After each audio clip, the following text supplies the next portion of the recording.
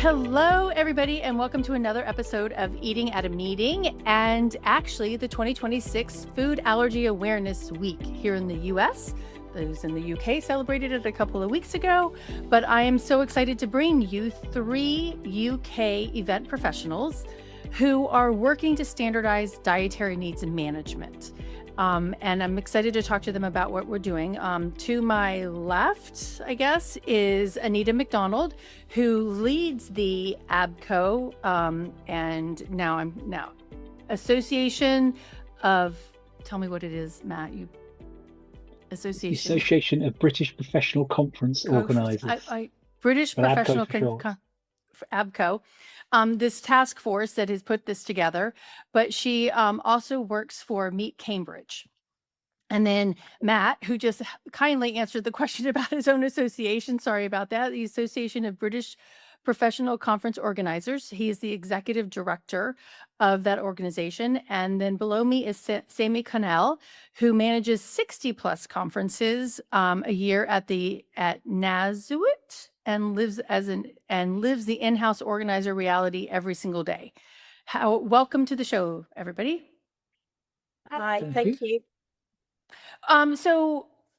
And in one of my posts, and I think the post that I put on there, or even my conversation to you all, is that I really kind of want to delve into what this task force is. And I actually realized that it was a year ago today, or this month, that Claire Beach from Azure Meetings was on the show talking about her food allergies that she has, but also talking about trying to put something together to organize what this means for the industry. And now we're here a year later talking about it. And I'm so excited about that. Kudos for all of you joining in and supporting that. But what prompted you all to join Claire in this conversation? And Matt, I know you're new to the organization, but how did ABPCO get involved in this? And did Claire approach you guys directly? I'm going to defer that one to Anita and Sammy because this one will have predated my arrival in terms of where this started. Anita may be best placed. It was Claire, and I do want to recognise and acknowledge that Claire actually picked this topic up as a professional conference organiser and as somebody who has lived experience of dietary requirements. She put a call out to the ABPCO membership, which included Sammy and I.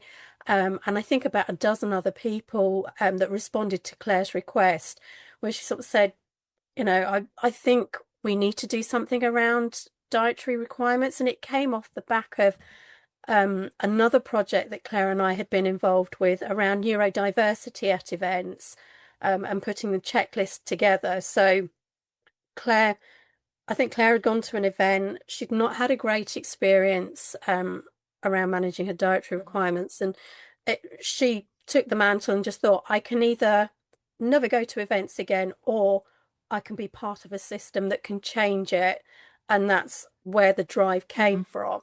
And ABPCO facilitated that because it's a membership not just for professional conference organisers, but it includes venues and destinations and caterers. So it's everybody across the event journey or the event supply system that came together, and we all recognised the same thing. We're all well-meaning, but we're all working in silos, and there was no joined-up thinking. So having the task force meant that we all came together and we all collaborated, and a little bit we all put our egos aside because there is an element of competition. We're all trying to win event business, but it was actually, this topic is bigger than any of us. This isn't about us, this is about the attendees, and that's where being members of ABPCO actually facilitated that, and we all came together and said, let's do some joined up thinking and let's create something that will manage dietary requirements for everybody across the whole event journey from beginning to end. And that's how it came about.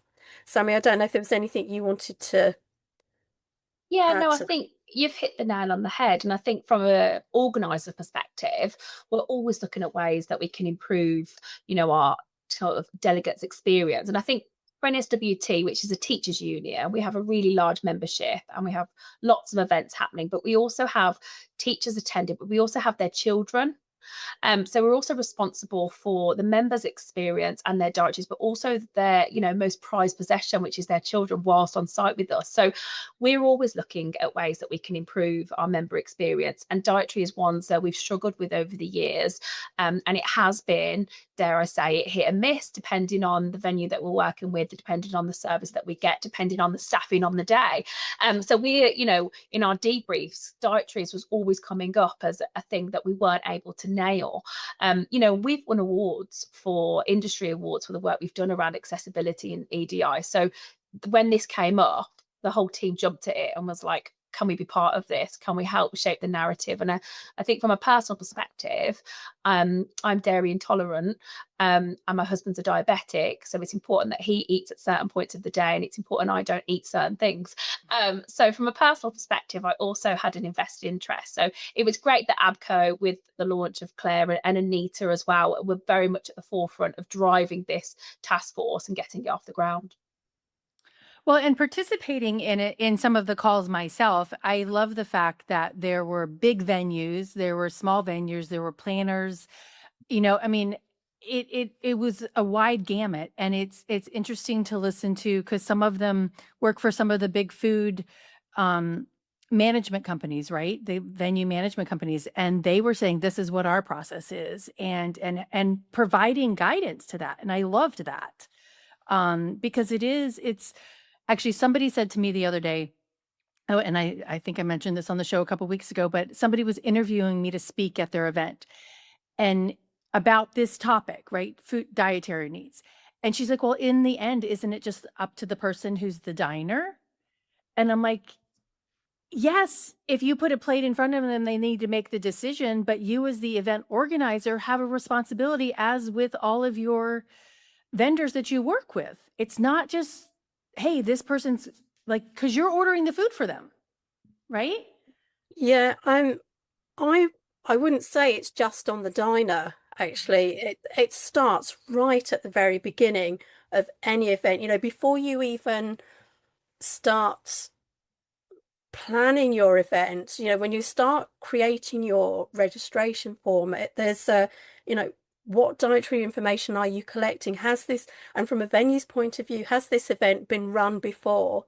What dietaries were there before? And it's about having conversation and working together.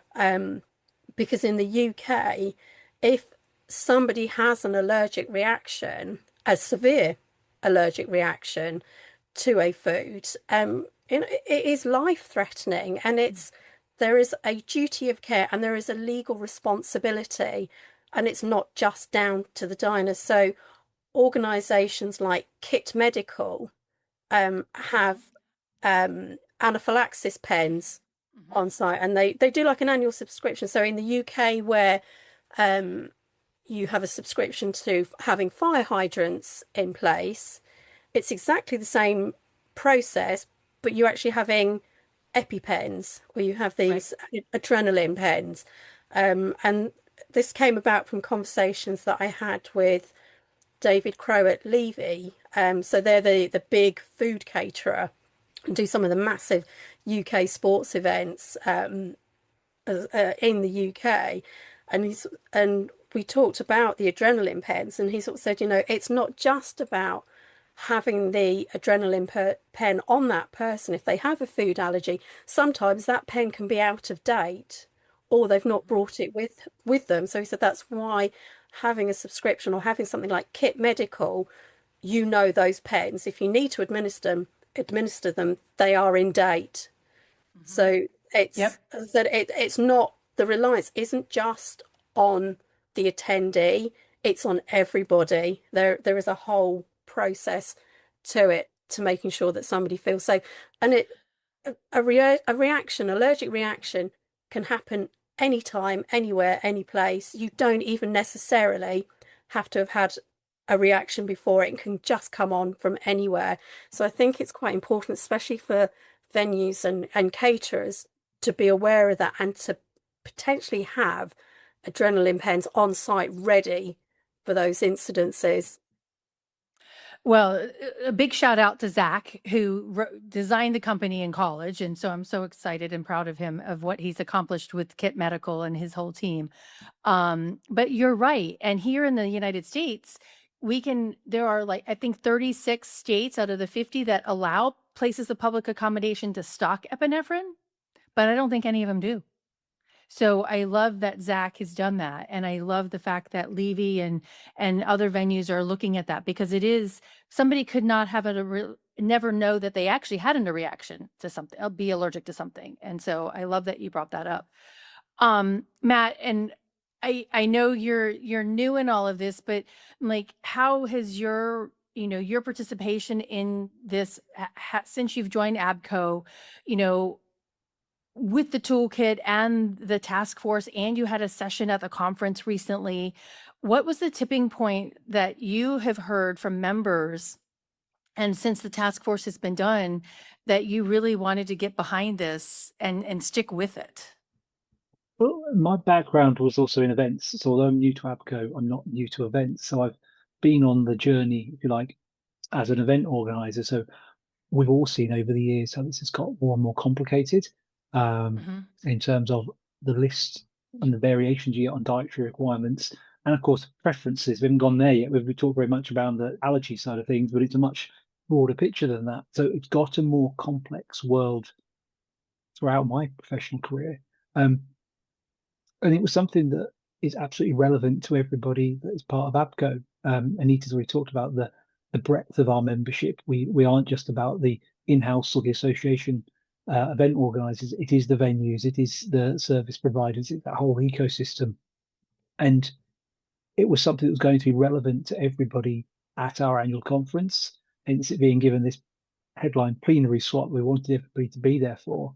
And we really tried to make sure we built it into the conference, in as much as this session came immediately after our own lunch break. Okay. So we had to make sure that it was rather awkward if we'd not followed our own best practice guidelines we were about to release at this event.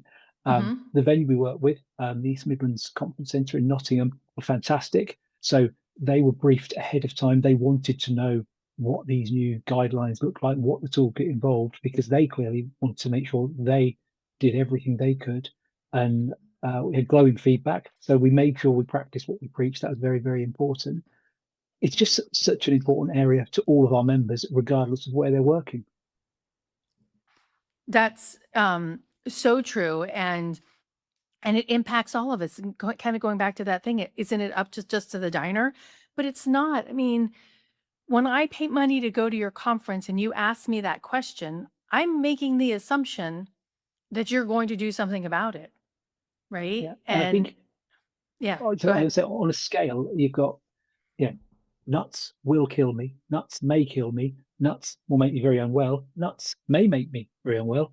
I don't like nuts. They're all perfectly valid responses. Obviously, some are far, far more serious than others. But once we ask the question, we've got to make sure we are responsible and responding to those questions. Yeah, and I think for me, it's about the difference between we've noted your dietary requirements to we have a process how to keep you safe. I feel like they're the different comms that we're looking for. That's what we pride ourselves on. We have a process to keep you safe. And we know that processes don't always work, but actually we have one. We try and make it as robust as possible, and we're going to communicate that with you. And I think that's the difference that we've seen from the culture and the attitude towards the toolkit. I think before we were like, yeah, you're vegan, yeah, you're this, yeah, you're that. When now it's like, no, we have a process for keeping you safe. And I think that's where we've seen the change. That's really important. And a chef in Vegas, a friend of mine, put out, I think it was him, put out the other day, it's like, just because you have labeling on the buffet doesn't mean that you have a process, or that safety means safety, right?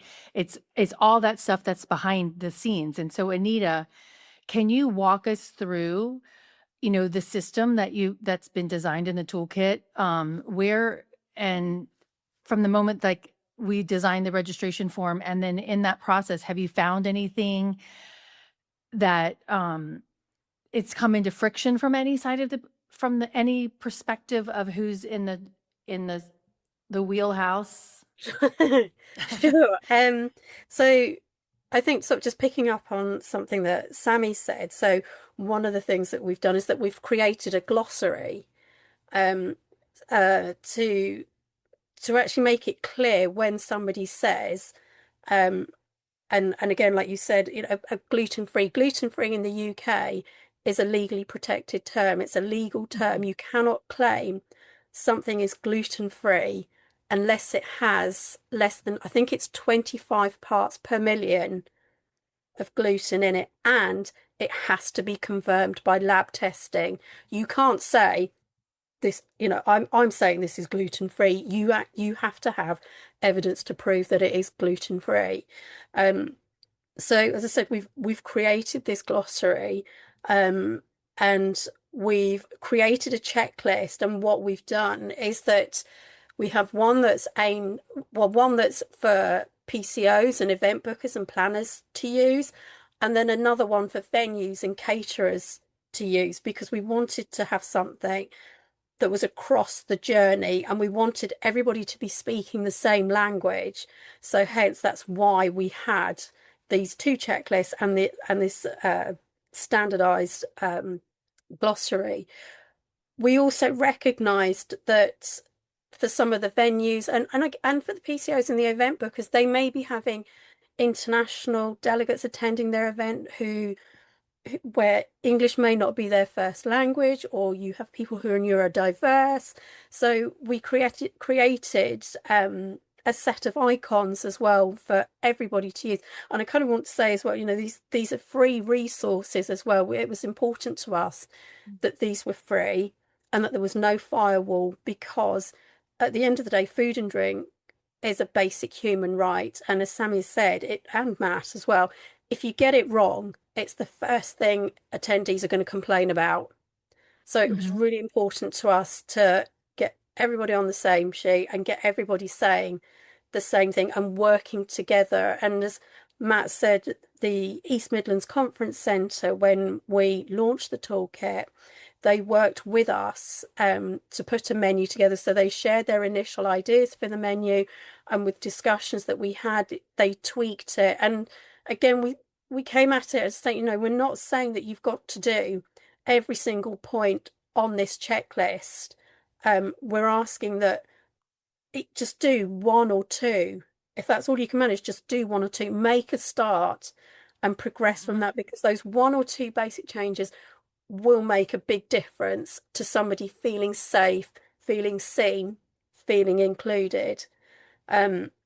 We've not had any pushback yet from what I've seen, but we do want everybody's feedback, and we want to know where the checklists or where the toolkit works for people, and predominantly where it's not, because we want it to be a live source of resources. We want it to evolve as time goes on and as technology evolves, and as diets evolve as well. As we get older through the generations, and eventually we'd like to pass it on to the next generation of event professionals that are coming through, and they can keep this live document, because everybody likes food. Everybody needs food and drink, whether it's at an event or whether it's at home or whether it's going to a restaurant where it's eating out.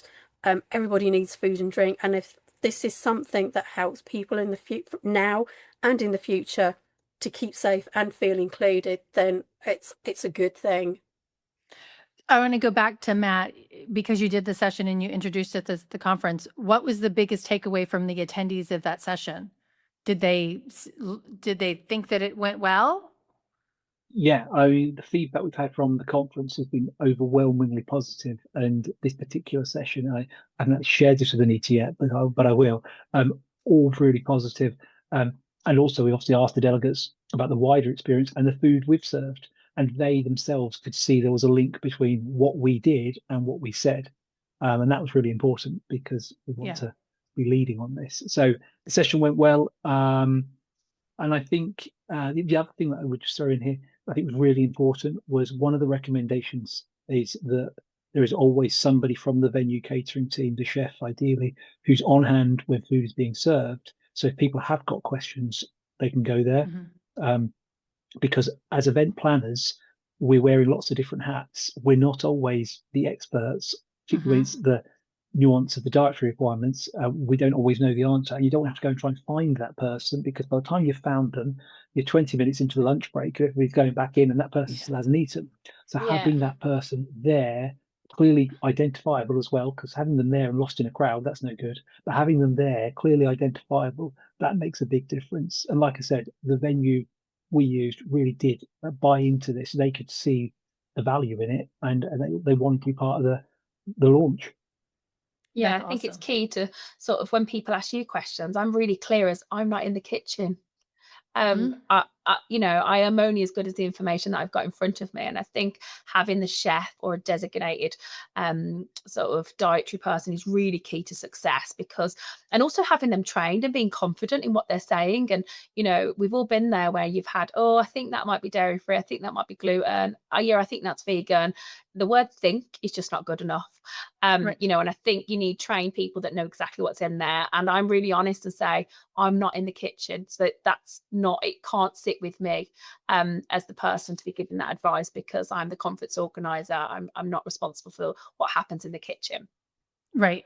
Well, and I'm in the process of coding menus right now for 2 upcoming events, and I can't do my job successfully without the person in the kitchen. And even and no, nothing to diminish the value of that event catering, that event venue manager.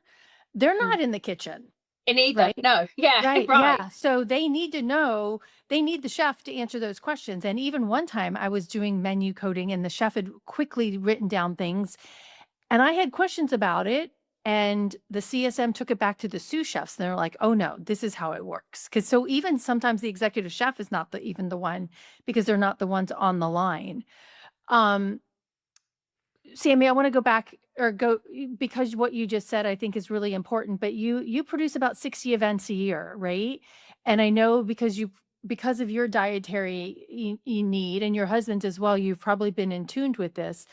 But before this existed, I mean, I probably know the answer to this, but did managing dietary requirements actually look like, what did it look like across 60 different events that you did? And what was your biggest fear about getting it wrong? Which I think I know the answer to, but let's go ahead and Yeah, I think you probably do. It was really complex. There was lots of chasing. There was lots of spreadsheets. There was lots of double checking. There was a lot of pre-coms with the venue.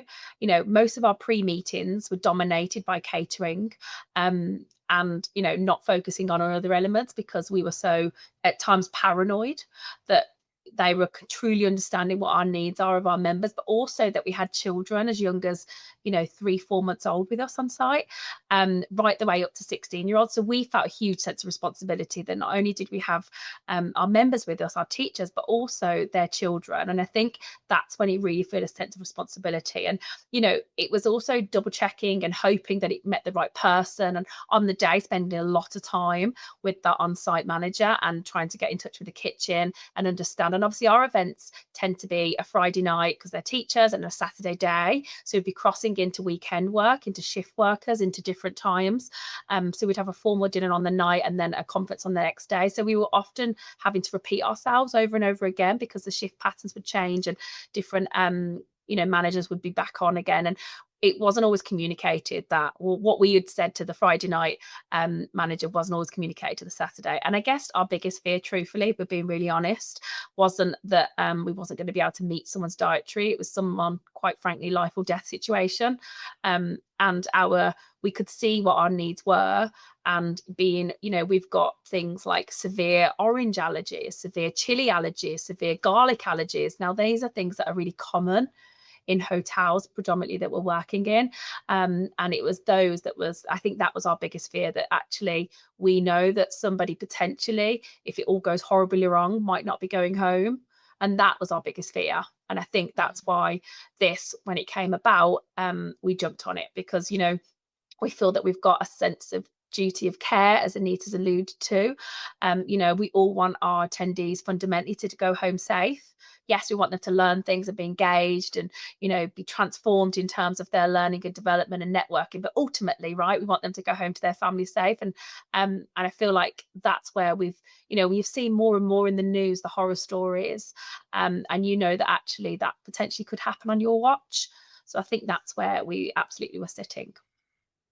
So I'm just going to, sorry, Trace, I was just going to No, add to please do. that, Sammy, as well. So with the toolkit, we've included some lines within the PCO checklist and within the venue checklist, about talking about, you know, if so, you know, having a contingency plan. If something goes wrong, what is the, you know, what are the next steps? How are you going to react to it? Who's going to react to it? Who's going to do what? So there's none of this. If somebody does have an allergic reaction, momentary panic of, oh my God, what do we do? It's having that open conversation and collaborating. And I think essentially that's what it comes down to, is communication, talk to one, you know, talk to your venue, talk to your caterer, talk to your professional conference organizer, talk to your event booker. We Meet Cambridge, we hosted an event a couple of years ago, and one of the attendees said she was celiac and she was really worried about eating at the event. We hosted it at Jesus College, so we just connected her with the chef and he created a bespoke menu for her, and it completely put her mind at rest, so that when she attended this event, she knew what she was eating was going to be safe. And I think he presented it to her as well. So, and it was all wrapped up. Now, I appreciate when you've got thousands of people attending, that might not be a feasible option. But I think, as Sammy mentioned earlier, have a dietary champion, have some dietary champions around the catering stations who are knowledgeable and know what the dishes include, and potentially having those conversations with the chefs as well. So you know, going further back with the chefs and the caterers, so some of the colleges that I've worked with and I've spoken to in putting this checklist together, their suppliers sometimes change their ingredients. So stock cubes, they might be using a vegetarian stock cube that has no celery in it, and then they find out it's now got celery in. So it's, don't be afraid to have those conversations. You're not being a pain in the neck, you're not being obstructive. We're all trying to make sure that attendees feel safe and they feel included and that they have a good experience. Right. And I think it's an opportunity. I always love to say, I mean, for those venues, right? This is an opportunity to put more heads in beds, right? It's to create a new fan, and maybe they're going to come back to your venue without the association, right? They want to come back because they were treated well, they were fed correctly, they didn't die, you know, I mean, and to me, and it for a member of your association too, both of your associations, it's like, hey, this association values me and took care of me, and I'm going to go tell my friends. Okay, Matt, you mentioned something briefly. There's a gap between special diet or lifestyle choice and a life-threatening food allergy, and so this is kind of to all of you, and it's operationally enormous. And I like to say, hey, if somebody tells me they're dairy free, I'm going to consider them that has a life-threatening milk allergy, right? Just to make it easy across the board. But some, like, vegan is not the same as a food allergy, right? So how does the toolkit help planners and venues triage that difference, and what is and how do you manage it? Because for me, and this is how I teach it, because food allergies and celiac fall under the Americans with Disabilities Act as major life activities. So I put that question under the ADA. So we know that it's, you know, do you have this? And then ask, do you have any other dietary needs or preferences? But does the toolkit do something? And do I need to change my processes, my thinking on that? Again, these are the discussions that we've had within the task force about how much detail do we go into it. And what we've done is, and I think it's in the toolkit, and it's Levia very kindly shared a registration document that they use. And what we've done is that we have a column for allergy, so life-threatening allergy, an intolerance. So I have a gluten-free intolerance. I'm not allergic to gluten-free. So if chefs are using a bread knife to cut bread, the cross-contamination doesn't bother me. It's just if I eat pasta and bread, I tend to bloat out. So I just have an intolerance. And then we've broken it down. I think it is into lifestyle, cultural, and religious reasons, and then no dietary requirements. So it quickly and easily you can see where the allergies are, where the intolerance is. Because again, if somebody has an intolerance, whilst it's not life-threatening, it can make them feel really uncomfortable, again, to the point where they don't want to eat, and they may end up taking their own food and drink to an event. And again, if you have somebody who has an allergy to nuts, and that's an airborne allergy, and you've got somebody who's brought in fruit and nuts because that's the only thing they can manage, they're putting somebody else at risk. So it's being able to see quickly where people fall in that allergy, intolerance, lifestyle, and religious, cultural reasons. And it's people who perhaps are going through Ramadan, and they may be fasting, but it's not forgetting about them, and maybe having grab and go bags. So at the end of the day, when they can break fast, they have something that they can take with them, or they can join at the end of the day. And being mindful, it's just being mindful that of other people's needs outside of our own, and showing empathy, I think. Yeah, 100%. I mean, and it takes me back to that conversation with Claire, who shared that experience, right, from last year, that it was not good. And just the conversations that she overheard, the lack of empathy from colleagues in the industry is really mind-boggling, and distressing at the same time, because we are paying you money, right? We're giving you your money. We're giving you our time. We want to come learn from you, Sammy.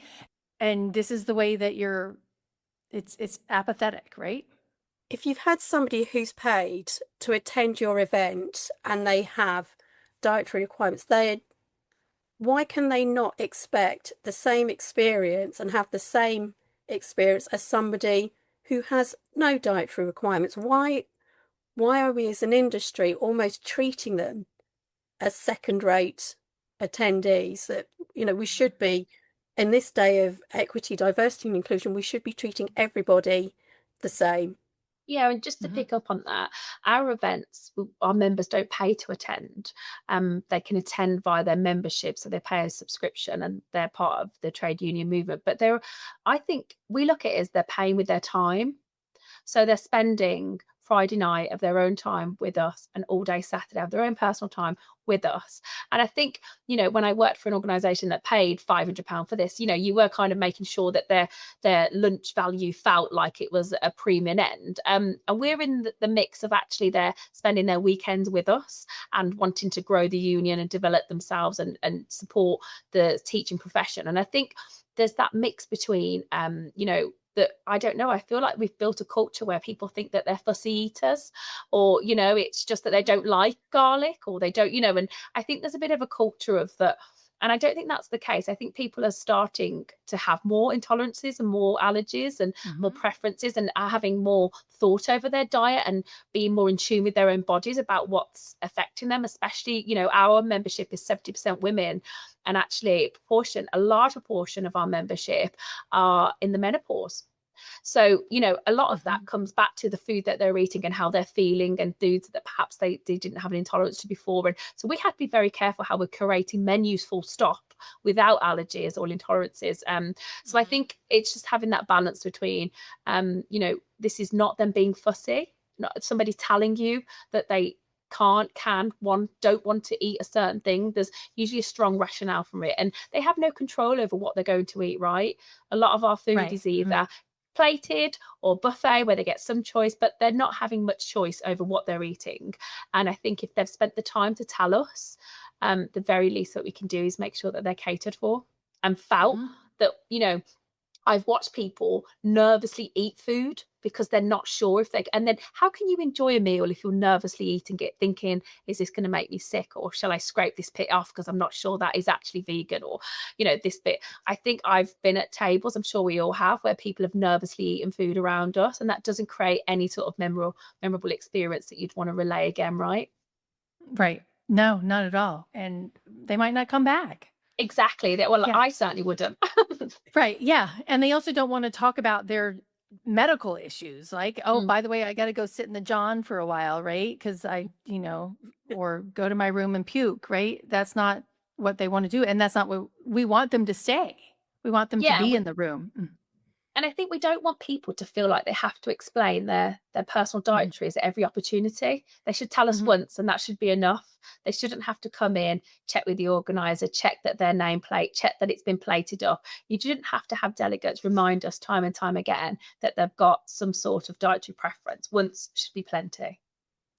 So, okay, so on that note, how does the toolkit explain, like, once I come on site, right? Do you say, are you having, how do I identify myself to the servers, or do you go into that depth of that, or are you saying create your own process to make sure that that happens? Yeah, so in terms of the process, how we've been looking at embedding it as from a PCO perspective is starting from the very beginning. So looking at the registration or the membership data that we have on them.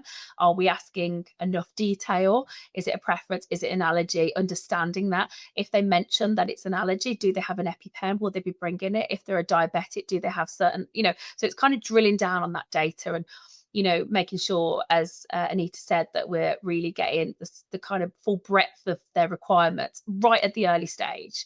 And then it's about communicating with the delegates. So we spend a lot of time telling our delegates what to expect at conference, from room layouts to how to get there, to where logistics are, but also we make sure that our menus are included in all of our app data. So when people click on lunch and refreshments, they get the full suite of what's going to be in there.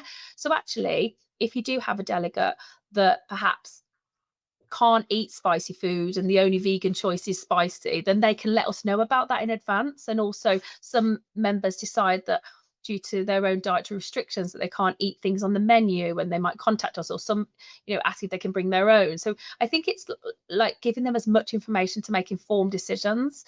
And also for the children, it's really important that their parents know what they're about to eat as well. As you all know, if anyone's got children that's listening to this, have you ever asked a child what they ate today?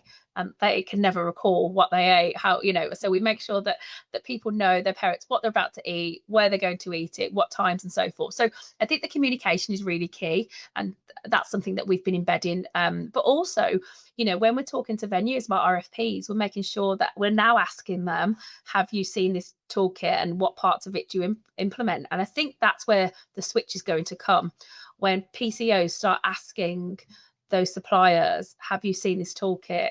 Have you embedded it? Which parts, you know, do you want to discuss with us? I think that's where the power lies, fortunately, because as Anita started this call with, we're all in a competitive market. We all want to win business. So, and then having, you know, we've been making sure that we're having just catering briefings where we only discuss this and we go through the toolkit with them. And then also having a plan for on-site escalation. And a key thing that we've been doing now is having post-event evaluation, but also we always ask our delegates how they rated the catering and what, you know, improvements could be made and so forth.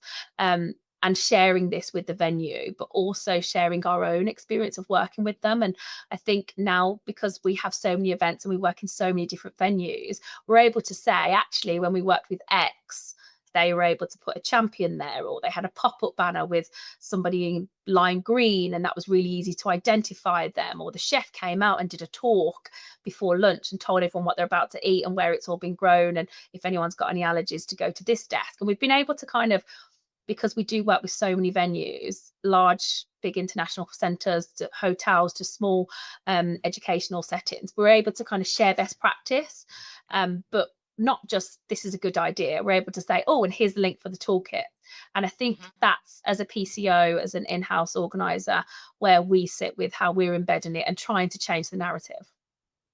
That's awesome. Just on there, if I can, I think, Sammy, I agree with everything she said there. And when we're promoting our events to potential delegates, of course, we talk about the program, the workshops, the social activities, all the different things you can do. But having a page on your website for people who may be interested in attending your event, just so they know ahead of time, before they even register, that you're treating this seriously, that could be the difference between them in registering or not. Because what we don't know, how many people who have got dietary requirements for whatever reason simply aren't going to come. It's just, you know what, it's just not worth the risk, the bother, the stress. So I don't do events, so I'm not going to do that event, but it gives a new one I've never been to. It might look great, just what I need. Do you know what? I just don't fancy it.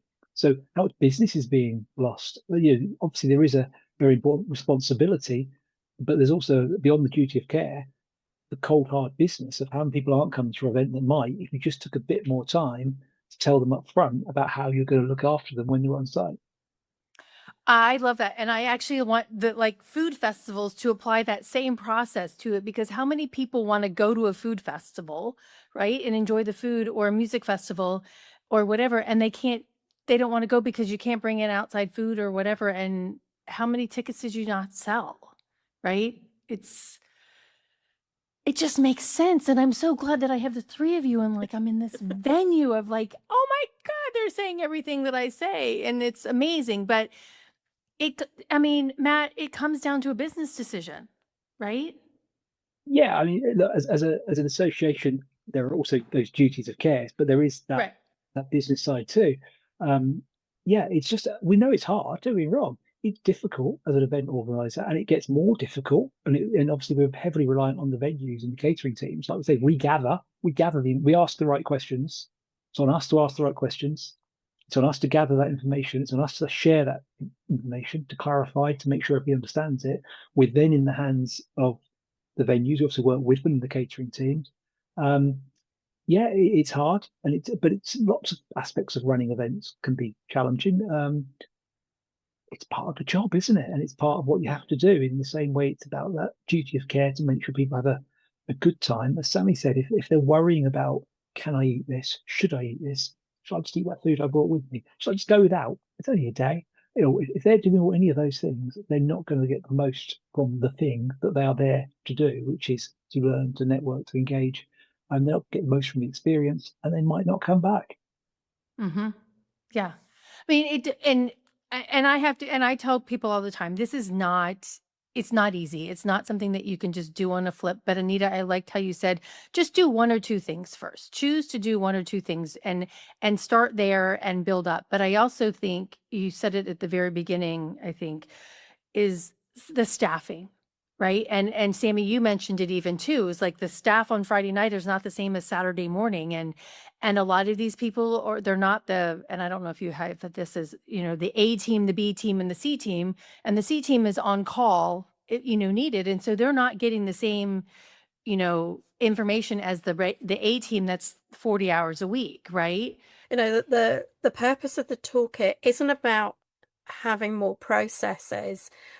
It's about closing the gaps of breakdown in communication, because I think that's when dietary requirement sort of mishaps, that's where it happens, is that there's been a miscommunication or a misunderstanding. And I think, as you kind of sort of alluding, there are staff turnovers as well, and typically within the UK, the catering staff, the staff that tend to be on the ground, tend to be of a younger generation. So what we're trying to do with the venues, and this is what the toolkit addresses, is about educating all of your staff, regardless of whether they're casuals or whether they're permanent staff, but educating them and having a training program in place about managing those dietary requirements. And if an attendee or a diner approaches your member of one of your team members and says, can I eat this? Is it safe? They know exactly what it is. And it goes back to what Matt said as well. And I think Sammy mentioned this as well, is that hopefully they should be able to recall that or know what's in that dish instantly, rather than saying, I'll go and check with a chef, or I'll just go and check with somebody, and they then have to go off. And it could be 5-10 minutes before they actually come back. Everybody else could potentially be waiting for them. Their meal then goes cold. So the toolkit looks at addressing those processes. So it's not about having more processes. It is about closing those gaps of miscommunication. I love that. Yeah, because it literally is just it's miscommunication and standard operating procedures, Sammy, as you said earlier.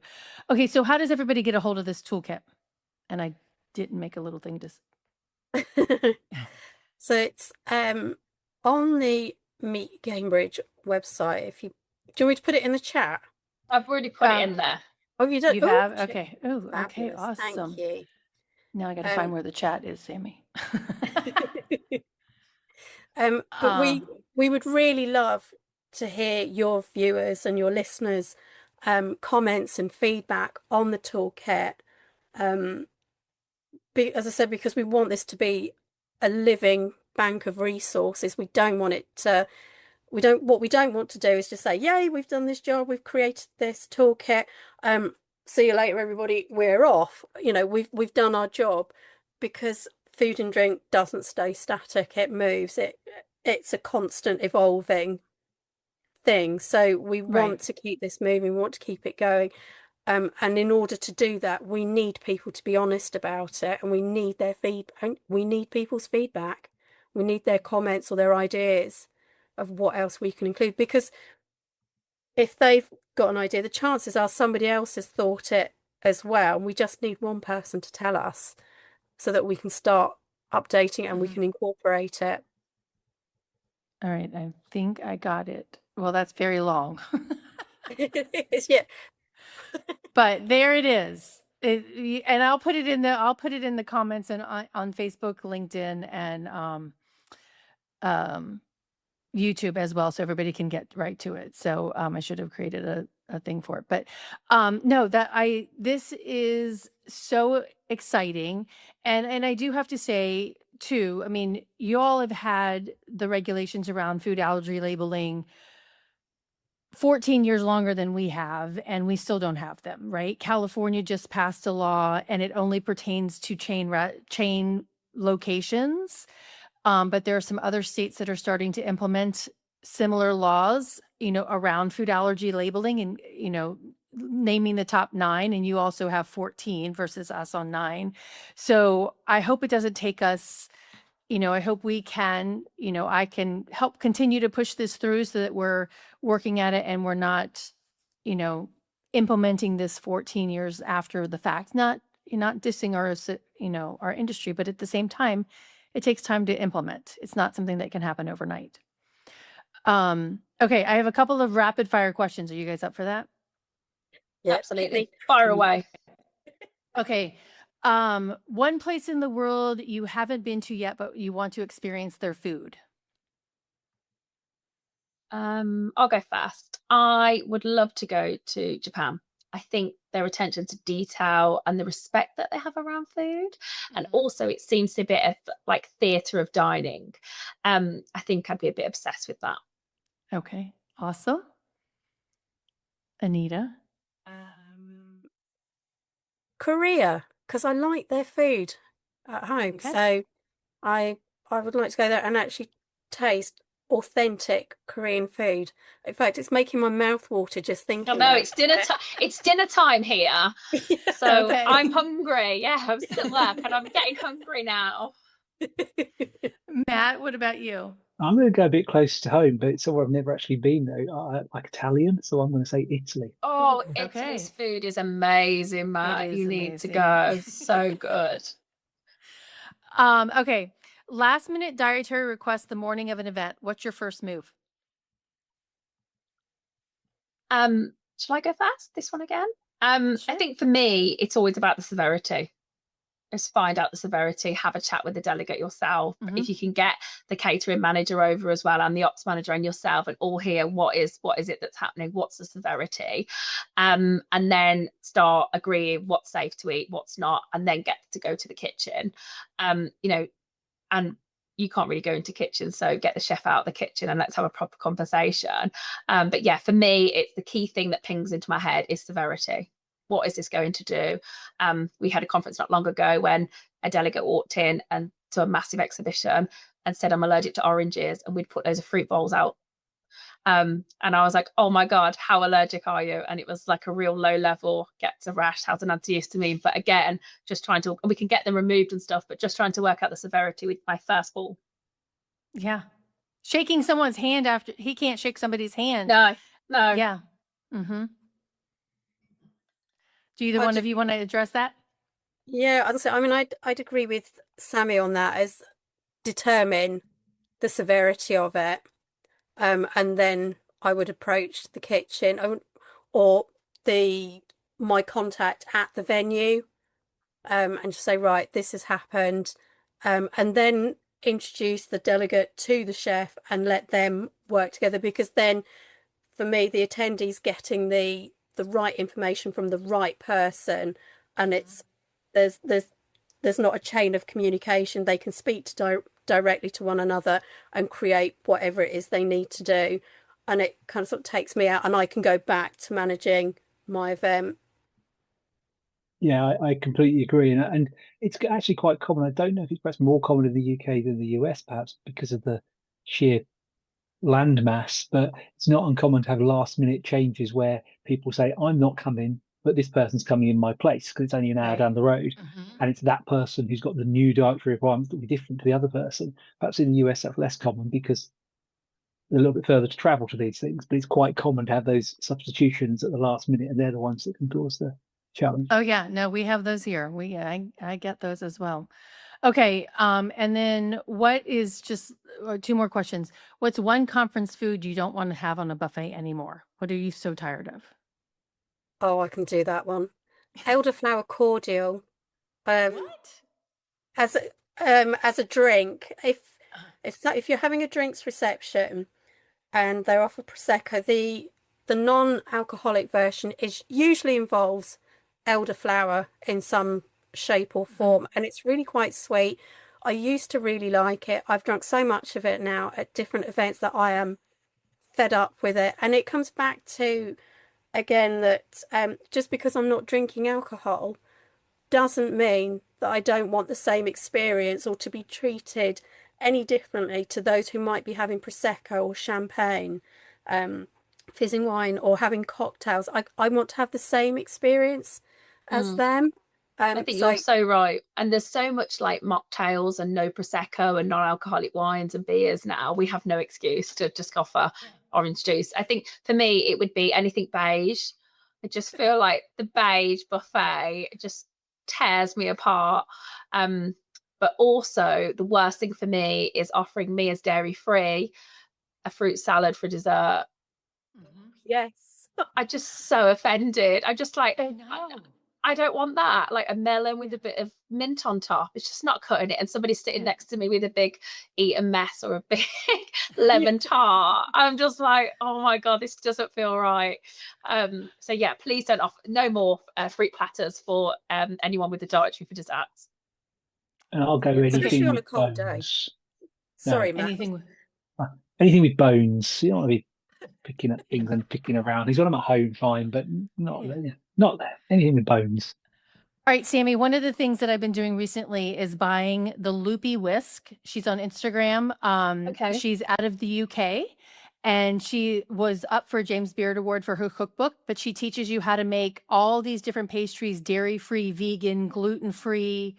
Follow her on Instagram, and it's so delicious. I mean, it's Nice. amazing. And so I give people that cookbook and like, hey, here, learn how to make this dish, this pastry, dairy-free or gluten-free, or all of them, right? Yeah. So yes. Okay. So my final question that I like to ask is finish this sentence. Every meal should. Every meal should be able to be eaten safely. It's not a luxury. It's a basic expectation of care. I'll add to that. So I'll take everything Sammy said. Yeah, I don't think you said this as well. And be really tasty. Mm-hmm. We've all seen it where dietary requirements, where sometimes the alternative, going back to Sammy's fruit salad, can be a bit. It's safe. It ticks the box, but it doesn't look as nice as what they've got over there. Right. Yeah. Every meal should be tasty and make me feel I'm glad that I attended this event. that I feel safe. Awesome. You three, thank you so much for joining me. I know it's dinner time, so I'm keeping you from going to eat your Korean food and your Italian food and your Japanese food. So please delve into that. And I look forward to, and Anita, please keep me on the loop. I would love to stay on the committee task force, Sure. and let's incorporate that over here. So thank I'm you for already- all that you're doing. Tracy, I was going to say, I'm already thinking about what does the next iteration look like so that it doesn't stand still. I don't know what that's going to look like, but maybe we can have a conversation offline about how we progress the toolkit. Okay. And And just- Sammy, Yeah, absolutely. Love to carry on being. I think this is just a start, and I've just tuned into LinkedIn, and there's some great people online: Jasmine, Caroline, Selena, and Joe, that are all wanting to get involved and know more. So I think just by looking at it alone and the comments, there's definitely a demand out there. Food's so important; it can make or break your event, but also it needs to be so taken seriously. So it's really great to see that people online are engaging with this. And as Anita said, at the ABPCO Festival of Learning, where it got launched, it went down an absolute storm. Pretty much everyone in their room got their phones out and downloaded the toolkit, and have been looking at ways to start embedding it. And that, only happened at the end of April. So it is very fresh, hot off the press. But I've been delighted to be a very small part of this. And it has very much been led by Anita and Claire and the team. And just from me to you, thank you, because it's making our job so much easier. Having this toolkit now, something tangible to work with our suppliers with, and also educate ourselves. The glossary has been phenomenal to share with our team members, and also people that support our event. We have a lot of volunteers that support our event on the day, and actually letting them educate them on what the different directories mean, as well as, and being able to just give them that glossary has been great. So thank you from me to Anita and Claire, especially, for your hard work on this. Oh, you're very welcome, and thank you. As I said, Claire started the conversation, and it's the benefit, well, one of the many benefits of being with ABPCO, because it brought us all together. And as I said, Claire was the instigator of it, so I'll pass those thanks on to her. But thank you. Yeah. Well, and I have to thank Miguel Neves, who saw Claire's post on LinkedIn and tagged me and said, Claire, you need to talk to Tracy. And that's how I started talking to her too. So, I mean, it takes guts to say, hey, this is the experience I had and let's fix it. And unfortunately, that experience is something that's still normal. And the task force and the toolkit are here to help make it not normal. Absolutely. Yep. Well, again, thank you so much for your time. Matt, thank you for ABPCO sponsoring it, and the Association of British Professional Conference Organizers. Thank you for standing behind it and supporting all of us. So everyone, it is Food Allergy Awareness Week. I have 3 more episodes this week. Tomorrow is Jay Varga, caterer out of Pennsylvania. Wednesday is another person from across the pond in the UK, and then on Thursday is a chef caterer from Canada. So I'm going all over the country, this part of the world. So thank you all, and until next time, stay safe and eat well. Thank you. Everyone. Bye. Bye. Thank you. Bye.